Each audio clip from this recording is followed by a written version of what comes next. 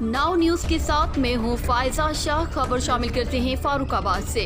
ताजिर इत्तेहाद trade zone Sheikhupura ने नाम नहाद ताजिरों की तरफ से चलाई जाने वाली तहरीक हारन बजाओ हुक्मरान जगाओ का बाइकआउट कर दिया और इस नारे की आड़ में जो तहरीक चलाई जा रही है उसको मुकम्मल तौर पर मुस्तरद करते हैं, क्योंकि इसका मकसद सिर्फ और सिर्फ ज़ाती मफादात है। इस वक्त मुल्क पाकिस्तान को मुख्तलिफ चैलेंजेस का सामना है।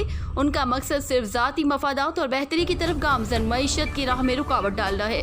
इस मौके पर deputy general secretary traders wing central Punjab Asad Mahmood Sheikh ने फारुखाबाद में प्रेस कॉन्फ्रेंस करते हुए कहा। मजीद जानते हैं मोहम्मद जोहेब शहजाद सराफ की इस रिपोर्ट में।